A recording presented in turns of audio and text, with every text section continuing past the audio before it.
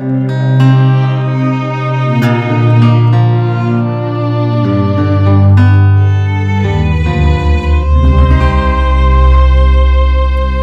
is titled Little Daylight by George MacDonald.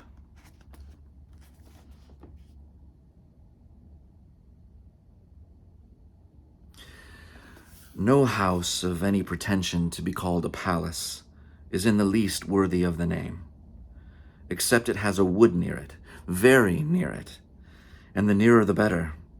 Not all around it, I don't mean that, for a palace ought to be open to the sun and wind and stand high and brave, with weathercocks glittering and flags flying. But on one side of every palace there must be a wood. And there was a very grand wood indeed beside the palace of the king who was going to be Daylight's father. Such a grand wood that nobody yet had ever got to the other end of it. Near the house it was kept very trim and nice, and it was free of brushwood for a long way in. But by degrees it got wild, and it grew wilder and wilder and wilder, until some said wild beasts at last did what they liked in it. The king and his courtiers often hunted, however, and this kept the wild beasts far away from the palace. One glorious summer morning, when the wind and sun were out together, when the vanes were flashing and the flags frolicking against the blue sky, Little Daylight made her appearance from somewhere, nobody could tell where, a beautiful baby, with such bright eyes that she might have come from the sun, only by and by she showed such lively ways that she might equally well have come out of the wind. There was great jubilation in the palace, for this was the first baby the queen had had, and there is as much happiness over a new baby in a palace as in a cottage. But there is one disadvantage of living near a wood. You do not know quite who your neighbors might be.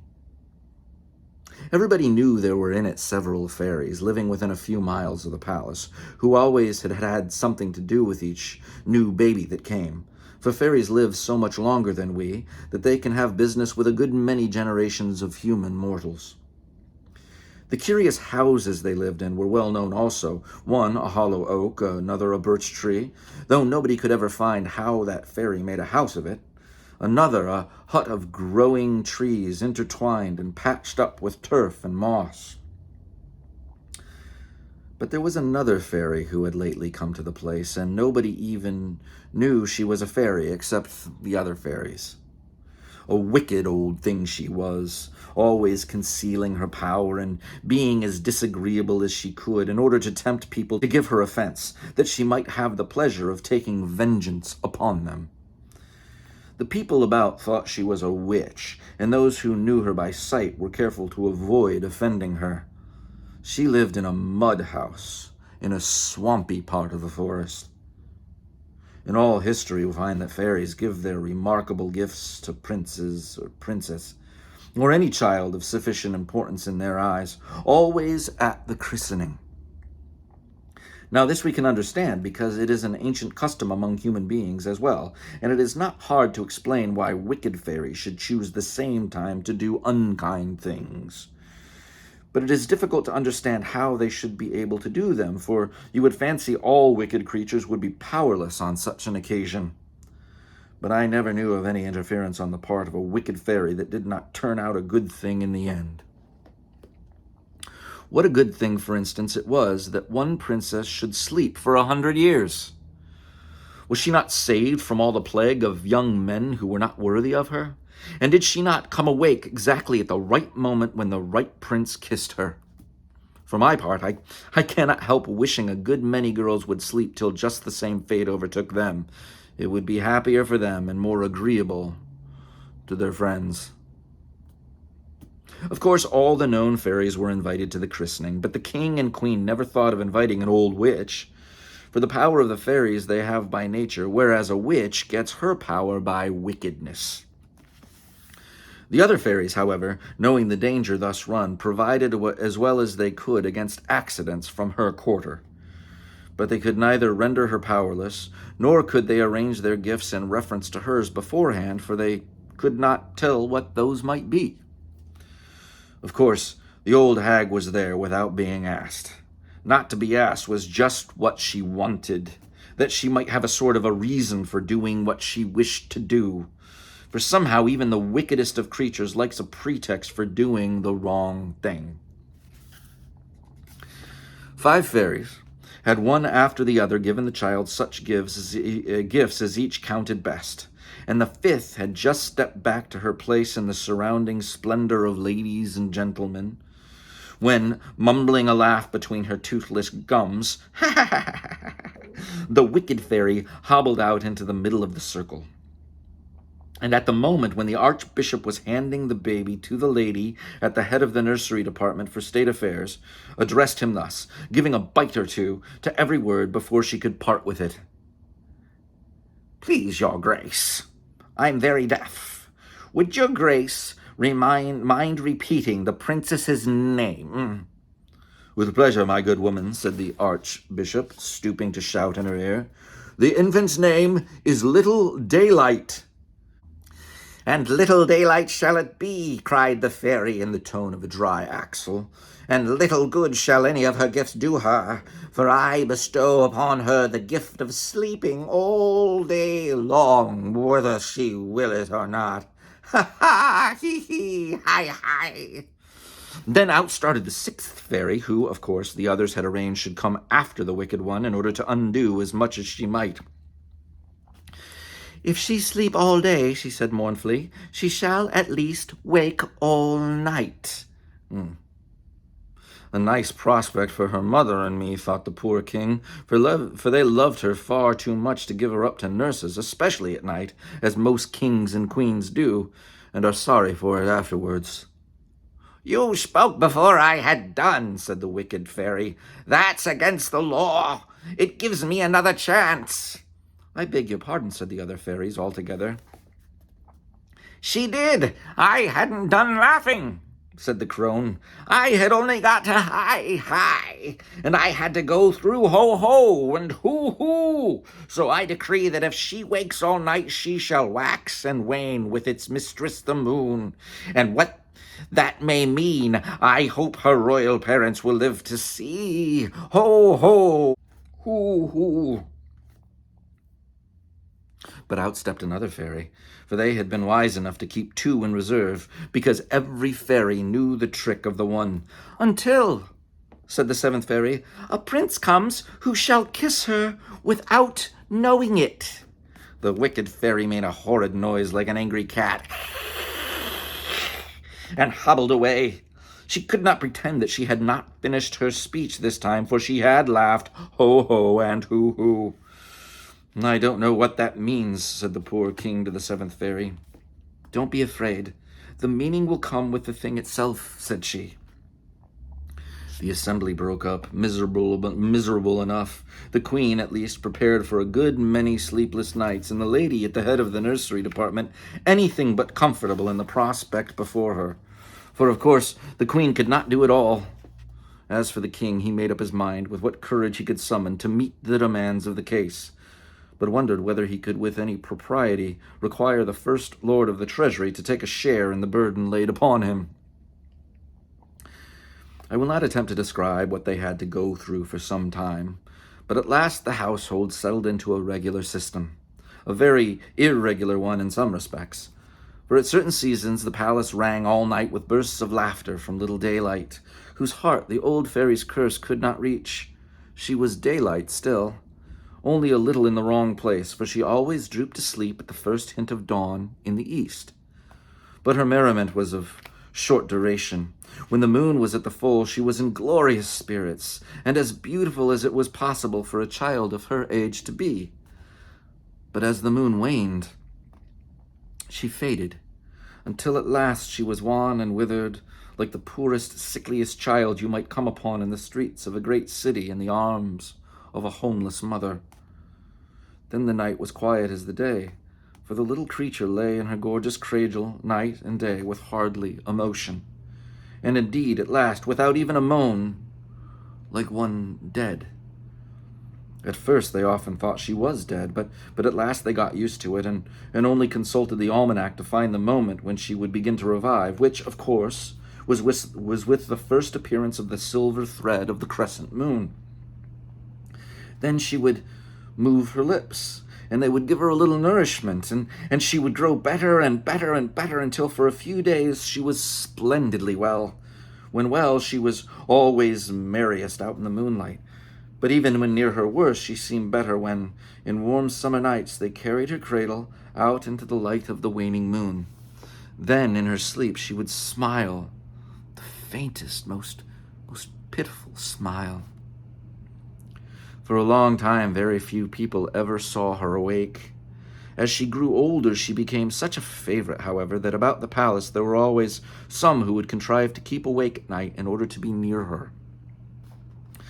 But she soon began to take every chance of getting away from her nurses and enjoying her moonlight alone. And thus things went on until she was nearly 17 years of age. Her father and mother had by that time got so used to the odd state of things that they had ceased to wonder at them. All their arrangements had reference to the state of the Princess Daylight, and it is amazing how things contrive to accommodate themselves. But how any prince was ever to find and deliver her appeared inconceivable. As she grew older, she had grown more and more beautiful, with the sunniest hair and the loveliest eyes of heavenly blue, brilliant and profound as the sky of a June day. But so much more painful and sad was the change as her bad time came on. The more beautiful she was in the full moon, the more withered and worn did she become as the moon waned. At the time at which my story has now arrived, she looked, when the moon was small or gone, like an old woman exhausted with suffering. This was the more painful that her appearance was unnatural, for her hair and eyes did not change. Her wan face was both drawn and wrinkled, and had an eager, hungry look. Her skinny hands moved as if wishing, but unable to lay hold of something. Her shoulders were bent forward, her chest went in, and she stooped as if she were 80 years old. At last she had to be put to bed, and there await the flow of the tide of life. But she grew to dislike being seen, still more being touched by any hands during this season. One lovely summer evening, when the moon lay all but gone upon the verge of the horizon, she vanished from her attendants, and it was only after searching for her a long time in great terror that they found her fast asleep in the forest, at the foot of a silver birch, and carried her home. A little way from the palace there was a great open glade, covered with the greenest and softest grass. This was her favorite haunt, for here the full moon shone free and glorious, while through a vista in the trees she could generally see more or less of the dying moon as it crossed the opening.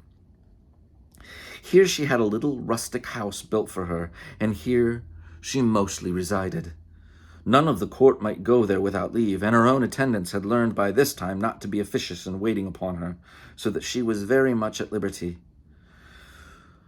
Whether the good fairies had anything to do with it or not, I cannot tell, but at last she got into the way of retreating further into the wood every night as the moon waned, so that sometimes they had great trouble in finding her.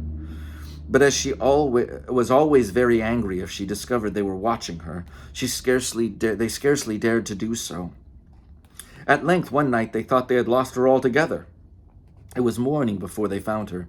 Feeble as she was, she had wandered into a thicket a long way from the glade, and there she lay, fast asleep, of course.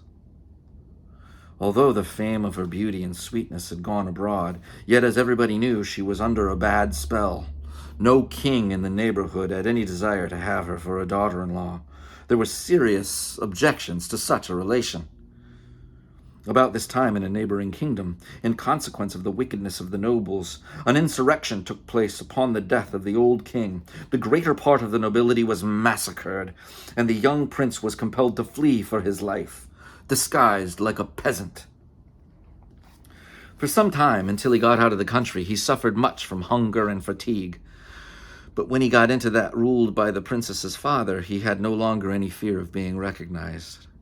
He fared better, for the people were kind. He did not abandon his disguise, however. One tolerable reason was that he had no other clothes to put on, and another that he had very little money, and did not know where to get any more. There was no good in telling everybody he met that he was a prince, for he felt that a prince ought to be able to get on like other people, else his rank only made a fool of him. He had read of princes setting out upon adventure, and here he was out in similar case, only without having had a choice in the matter. He would go on and see what would come of it. For a day or two he had been walking through the palace wood and had had next to nothing to eat when he came upon the strangest little house inhabited by a very nice, tidy, motherly old woman. This was one of the good fairies. The moment she saw him, she knew quite well who he was and what was going to come of it, but she was not at liberty to interfere with the orderly march of events. She received him with the kindness she would have shown to any other traveler and gave him bread and milk, which he thought the most delicious food he had ever tasted, wondering that they did not have it for dinner at the palace sometimes. The old woman pressed him to stay all night. When he awoke, he was amazed to find how well and strong he felt. She would not take any of the money he offered, but begged him, if he found occasion of continuing in the neighborhood, to return and occupy the same quarters. "Thank you much, good mother," answered the prince, "but there is little chance of that. The sooner I get out of this wood, the better." "Oh, I don't know that," said the fairy. "What do you mean?" asked the prince. "Why, how should I know?" returned she. "I can't tell," said the prince. "Very well," said the fairy. "How strangely you talk," said the prince. "Do I?" said the fairy. "Yes, you do," said the prince. "Very well," said the fairy. The prince was not used to being spoken to in this fashion, so he felt a little angry and turned and walked away. But this did not offend the fairy. She stood at the door of her little house looking after him till the trees hid him quite. Then she said, "At last," and went in. The prince wandered and got nowhere. The sun sank and went out of sight, and he seemed no nearer the end of the wood than ever. He sat down on a fallen tree, ate a bit of bread the old woman had given him, and waited for the moon, for although he was not much of an astronomer, he knew the moon would rise sometime because she had risen the night before. Up she came, slow, but of a good size, pretty nearly round indeed, whereupon, greatly refreshed with his piece of bread, he got up and went, he knew not whither. After walking a considerable distance, he thought he was coming to the outside of the forest. But when he reached what he thought was the last of it, he found himself only upon the edge of a great open space in it, covered with grass. The moon shone very bright, and he thought he had never seen a more lovely spot. Still, it looked very dreary because of its loneliness, for he could not see the house at the other side. He sat down, weary again, and gazed into the glade. He had not seen so much room for several days. All at once he espied something in the middle of the grass. What could it be? It moved. It came nearer. Was it a human creature gliding across?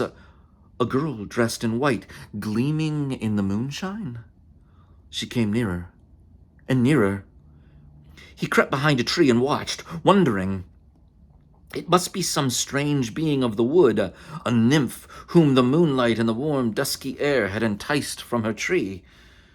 But when she came close to where he stood, he no longer doubted she was human, for he had caught sight of her sunny hair and her clear blue eyes, and the loveliest face and form that he had ever seen. All at once she began singing like a nightingale and dancing to her own music, with her eyes ever turned towards the moon. She passed close to where he stood, dancing on by the edge of the trees and away in a great circle towards the other side, until he could see but a spot of white in the yellowish green of the moonlit grass. But when he feared it would vanish quite, the spot grew and became a figure once more. She approached him again, singing and dancing and waving her arms over her head until she had completed the circle. Just opposite his tree she stood, ceased her song, dropped her arms, and broke out into a long, clear laugh, musical as a brook. Then, as if tired, she threw herself on the grass and lay gazing at the moon. The prince was almost afraid to breathe lest he should startle her, and she should vanish from his sight. As to venturing near her, that never came into his head. She had lain for a long hour or longer when the prince began again to doubt concerning her. Perhaps she was but a vision of his own fancy, or was she a spirit of the wood after all? If so, he too would haunt the wood, glad to have lost kingdom and everything for the hope of being near her. He would build him a hut in the forest, and there he would live for the pure chance of seeing her again. Upon nights like this, at least, she would come out and bask in the moonlight and make his soul blessed. But while he thus dreamed, she sprang to her feet, turned her face full to the moon, and began singing as if she would draw her down from the sky by the power of her entrancing voice. She looked more beautiful than ever. Again she began dancing to her own music and danced away into the distance. Once more she returned in a similar manner, but although he was watching as eagerly as before, what with fatigue and what with gazing, he fell fast asleep before she came near him. When he awoke, it was broad daylight, and the princess was nowhere. He could not leave the place. What if she should come the next night? He would gladly endure a day's hunger to see her yet again. He would buckle his belt quite tight. He walked round the glade to see if he could discover any prints of her feet, but the grass was so short and her steps had been so light that she had left not a single trace behind her. He walked halfway round the wood without seeing anything to account for her presence. Then he spied a lovely little house with thatched roof and low eaves surrounded by an exquisite garden, with doves and peacocks walking in it. Of course, this must be where the gracious lady who loved the moonlight lived. Forgetting his appearance, he walked towards the door, determined to make inquiries. But as he passed a little pond full of gold and silver fishes, he caught sight of himself and turned to find the door to the kitchen. There he knocked and asked for a piece of bread. The good-natured cook brought him in and gave him an excellent breakfast, which the prince found nothing the worse for being served in the kitchen. While he ate, he talked with his entertainer and learned that this was the favorite retreat of the Princess Daylight. But he learned nothing more, both because he was afraid of seeming inquisitive and because the cook did not choose to be heard talking about her mistress to a peasant lad who had begged for his breakfast. As he rose to take his leave, it occurred to him that he might not be so far from the old woman's cottage as he had thought, and he asked the cook whether she knew anything of such a place, describing it as well as he could. She said she knew it well enough, adding with a smile, "It's there you're going, is it?" "Yes, if it's not far off." "It's not more than 3 miles, but mind what you are about, you know." "Why do you say that?" "If you're after any mischief, she'll make you repent it." "The best thing that could happen under the circumstances," remarked the prince. "What do you mean by that?" asked the cook. "Why, it stands to reason," answered the prince, "that if you wish to do anything wrong, the best thing for you is to be made to repent of it." "I see," said the cook. "Well, I think you may venture. She's a good old soul." "Which way does it lie from here?" asked the prince. She gave him full instructions, and he left her with many thanks. Being now refreshed, however, the prince did not go back to the cottage that day. He remained in the forest, amusing himself as best he could, but waiting anxiously for the night, in the hope that the princess would again appear. Nor was he disappointed, for directly the moon rose, he spied a glimmering shape far across the glade. As it drew nearer, he saw it was she indeed. Not dressed in white as before, in a pale blue like the sky. She looked lovelier still. He thought it was that the pale blue suited her yet better than the white. He did not know that she was really more beautiful because the moon was nearer the full. In fact, the next night was full moon, and the princess would then be at the zenith of her loveliness. The prince feared for some time that she was not coming near his hiding place that night, but the circles in her dance ever widened as the moon rose, until at last they embraced the whole glade, and she came still closer to the trees where he was hiding than she had come the night before. He was entranced with her loveliness, for it was indeed a marvelous thing. All night long he watched her, but dared not go near her. He would have been ashamed of watching her too, had he not become almost incapable of thinking of anything but how beautiful she was. He watched the whole night long and saw that as the moon went down, she retreated in smaller and smaller circles, until at last he could see her no more. Weary as he was, he set out for the old woman's cottage, where he arrived just in time for her breakfast, which she shared with him. He then went to bed and slept for many hours. When he awoke, the sun was down, and he departed in great anxiety lest he should lose a glimpse of the lovely vision. But whether it was by the machinations of the swamp fairy, or merely that it is one thing to go and another thing to return by the same road, he lost his way. I shall not attempt to describe his misery when the moon rose and he saw nothing but trees and trees and trees. She was high in the heavens before he reached the glade. Then indeed his troubles vanished, for there was the princess coming dancing towards him in a dress that shone like gold, and with those shoes that glimmered through the grass like fireflies. She was, of course, still more beautiful than before. Like an embodied sunbeam, she passed him and danced away into the distance. Before she returned in her circle, clouds had begun to gather about the moon. The wind rose, the trees moaned, and their lighter branches leaned all one way before it. The prince feared that the princess would go in, and he should see her no more that night. But she came dancing on, more jubilant than ever, her golden dress and her sunny hair streaming out upon the blast, waving her arms towards the moon, and in the exuberance of her delight, ordering the clouds away from off her face. The prince could hardly believe she was not a creature of the elements after all. By the time she had completed another circle, the clouds had gathered deep, and there were growlings of distant thunder. Just as she passed the tree where he stood, a flash of lightning blinded him for a moment, and when he saw again, to his horror, the princess lay on the ground.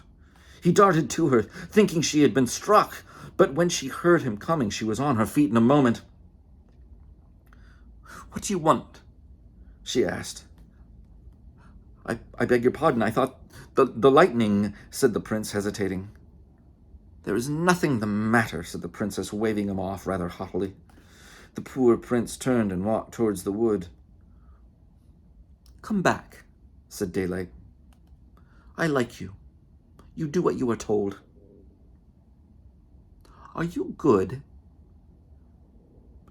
"Not so good as I should like to be," said the prince.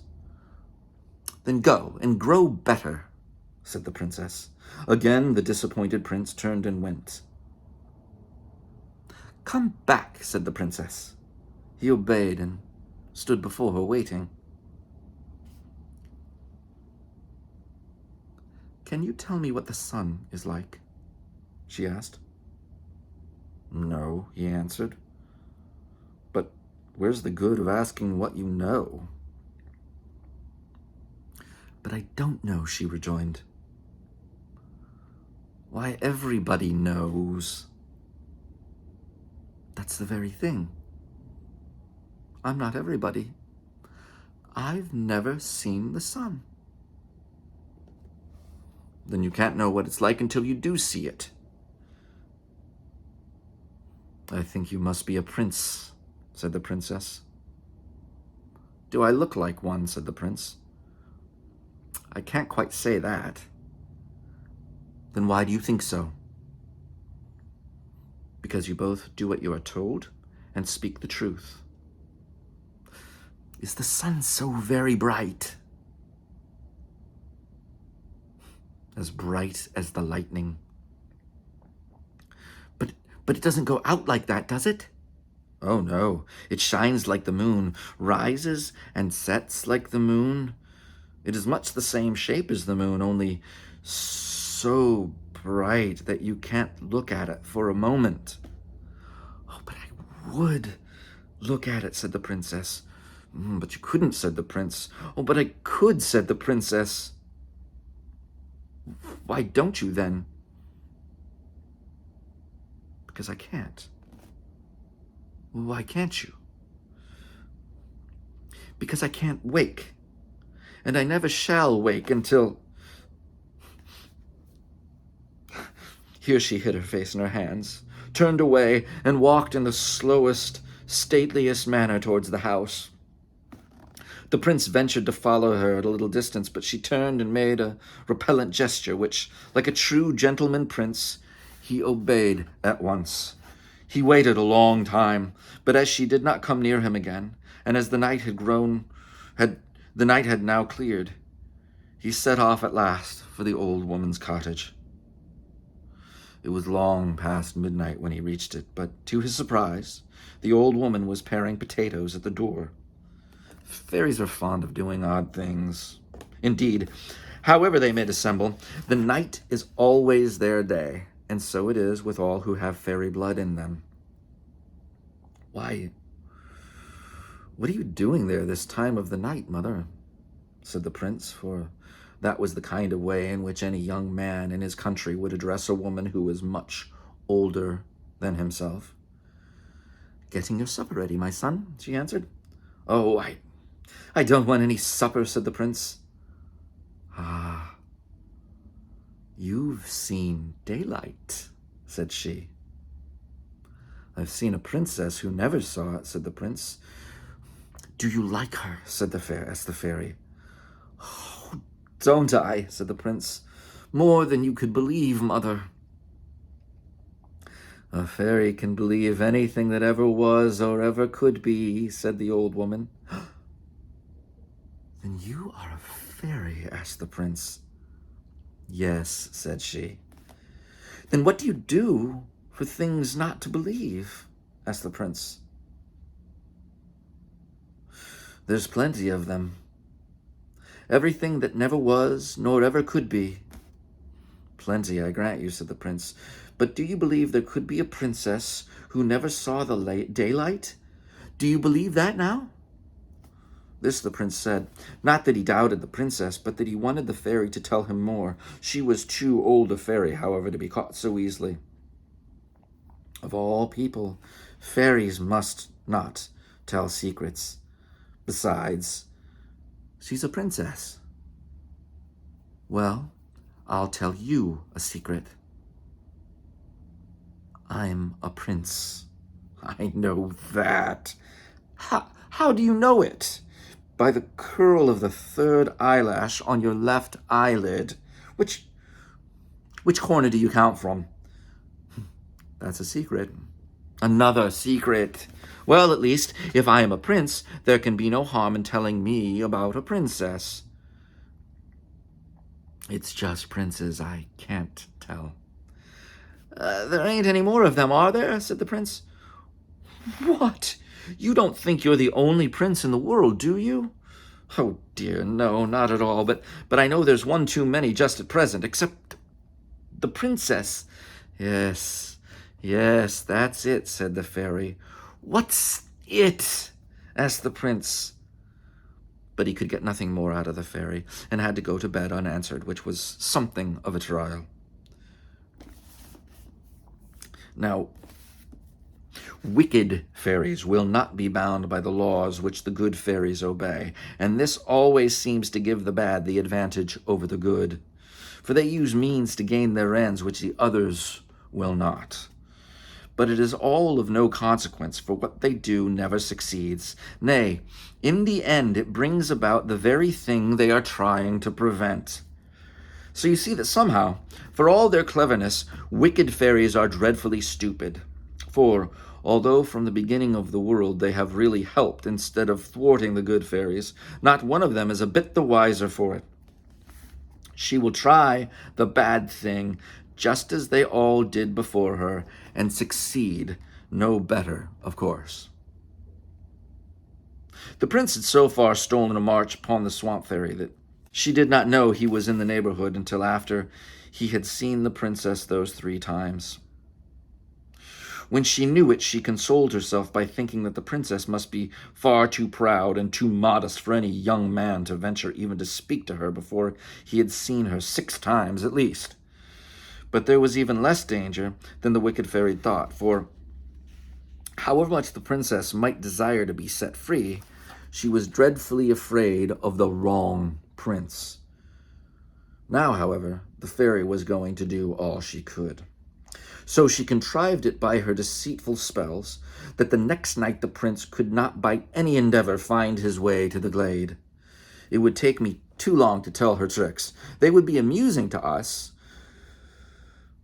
who know that they could not do any harm, but they were something other than amusing to the poor prince.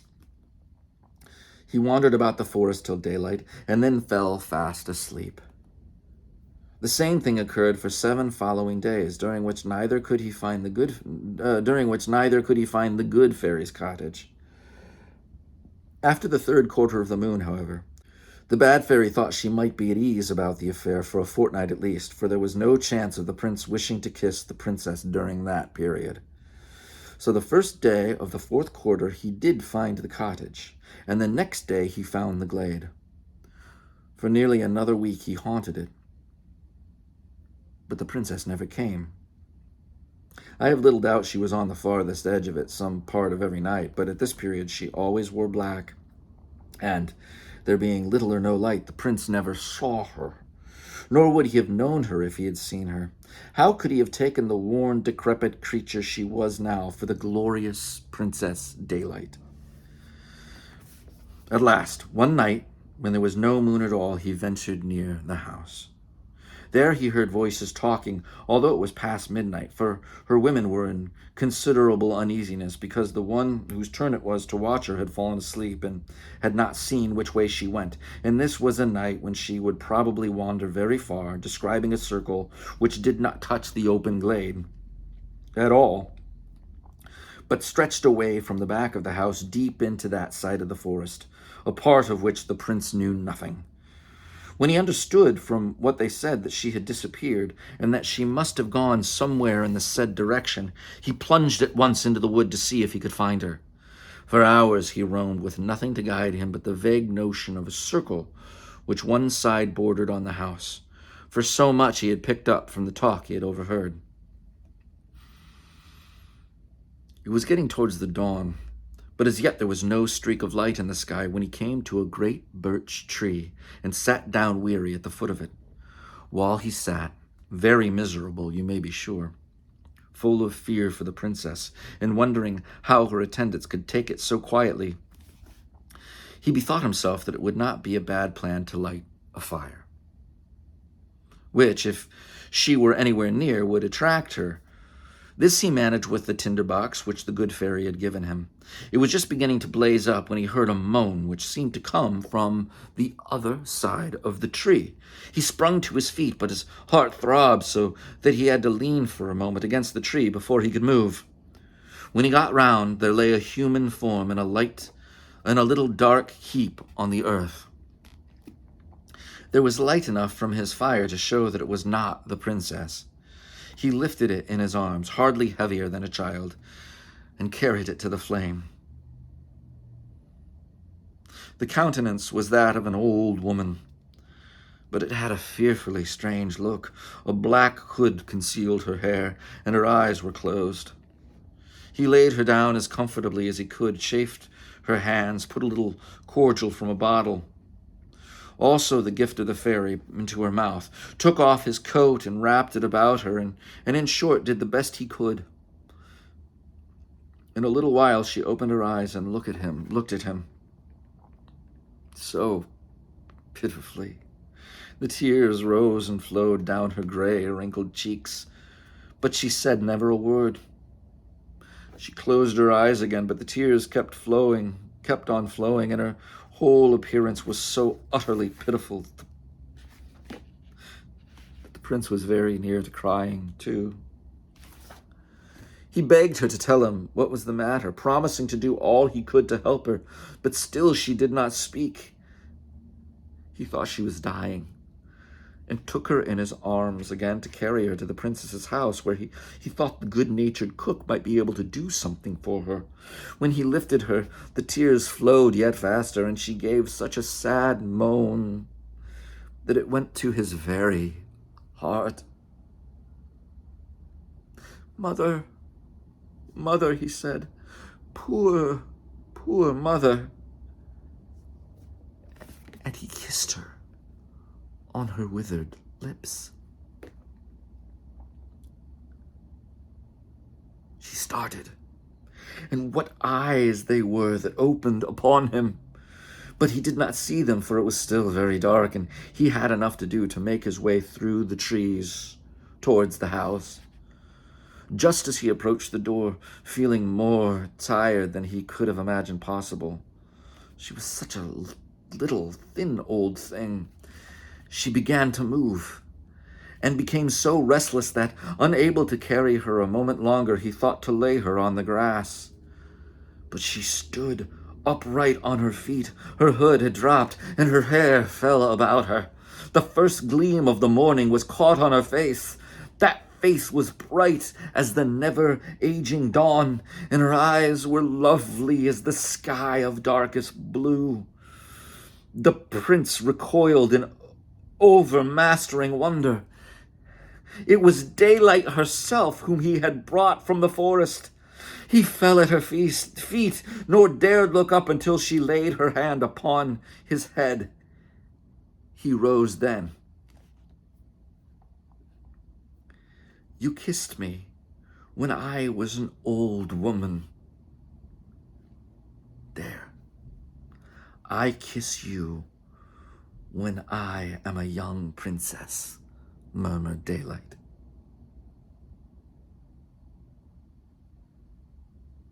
"Is that the sun coming?"